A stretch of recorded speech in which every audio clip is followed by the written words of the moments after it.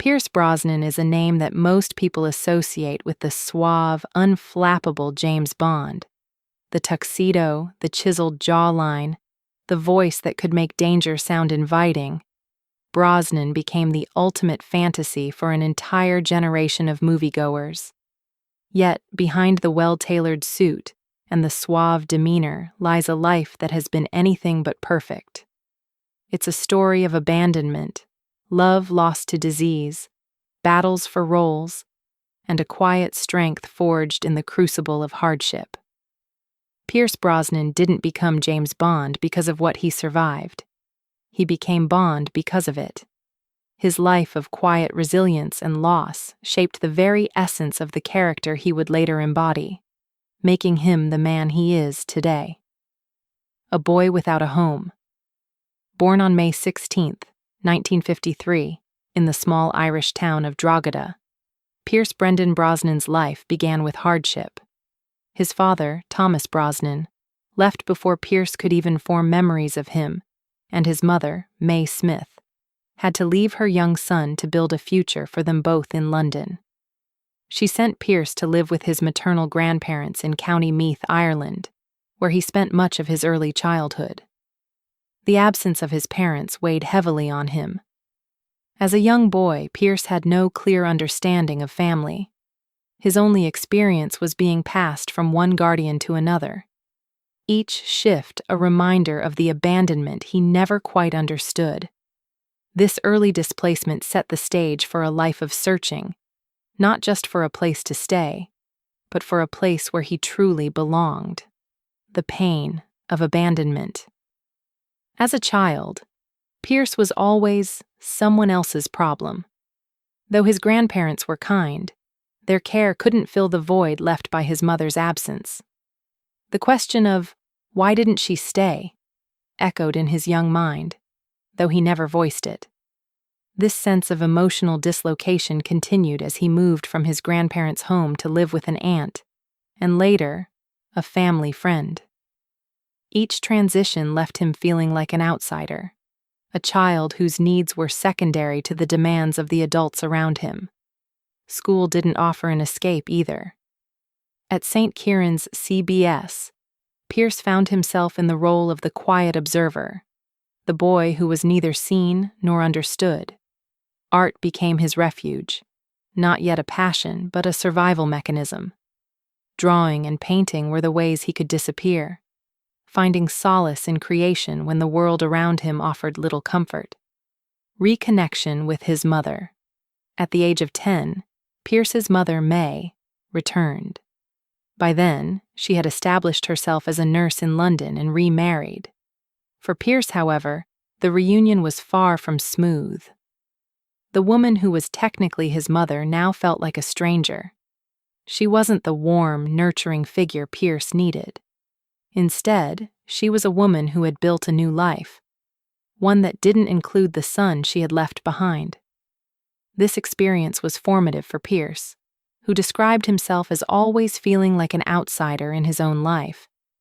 Despite this sense of alienation, Pierce found himself drawn into a life in London, a city that was both unfamiliar and full of possibility. London, the land of possibility. London in the late 1960s was a city that moved fast. For a quiet, displaced Irish teenager like Pierce, it was an overwhelming place. At 16, he enrolled at the Elliott School in Putney, but quickly found himself falling behind both academically and socially. London didn't care about his accent or the emotional scars he carried. But London did offer something his small Irish town didn't: possibility. It was here, in the unlikeliest of places, that Pierce discovered his first real chance at visibility. At the age of 17, he took a part-time job as a fire-eating performer in a small circus. For the first time in his life, Pierce found himself commanding attention, if only for brief moments. This was transformative for a boy who had spent his entire life trying to be seen. He tasted what it was like to have the world stop, even momentarily, to acknowledge him. Love, loss, and a family built on trust. In 1977, Pierce met Cassandra Harris, an Australian-born actress who was already married but became a close friend to him. Their connection was instant, and after her divorce, they became a couple. They married in 1980, and Pierce adopted her 2 children without hesitation. For a man who had spent most of his life without a stable home, this was the family he had always dreamed of.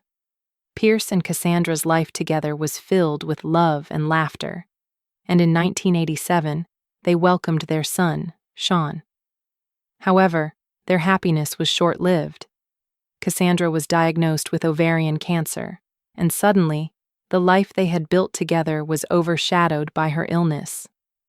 Pierce, then 34, chose to step back from his career and devote himself entirely to caring for Cassandra. He was present for every treatment, every appointment, and every moment of her battle with cancer. The role of loving husband and father became his priority, and he supported his family with a quiet determination that left a lasting impact on everyone around him. The transformation of Pierce Brosnan. The experience of caring for Cassandra during her illness changed Pierce in ways that were both profound and permanent. He learned quickly what truly mattered in life and what didn't. He learned that fame and fortune, though appealing, were ultimately fleeting. As he watched Cassandra fight for her life, he gained an understanding of resilience and love that no script could teach him. When Cassandra passed away in 1991, Pierce was left with a broken heart and a deep sense of loss. But rather than retreat, he found strength in his grief. It was this strength that would eventually carry him back to the career he had set aside. The lessons he learned in those years of caring for his wife became the foundation of his later work, particularly in his portrayal of James Bond.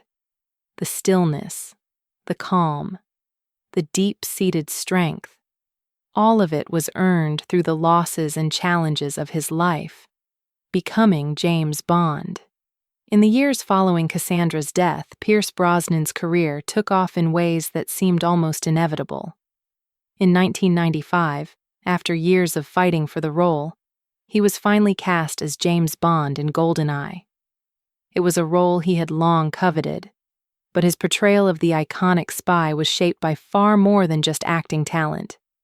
It was shaped by everything he had survived, by the pain of abandonment, the loss of love, and the lessons learned from caring for his family.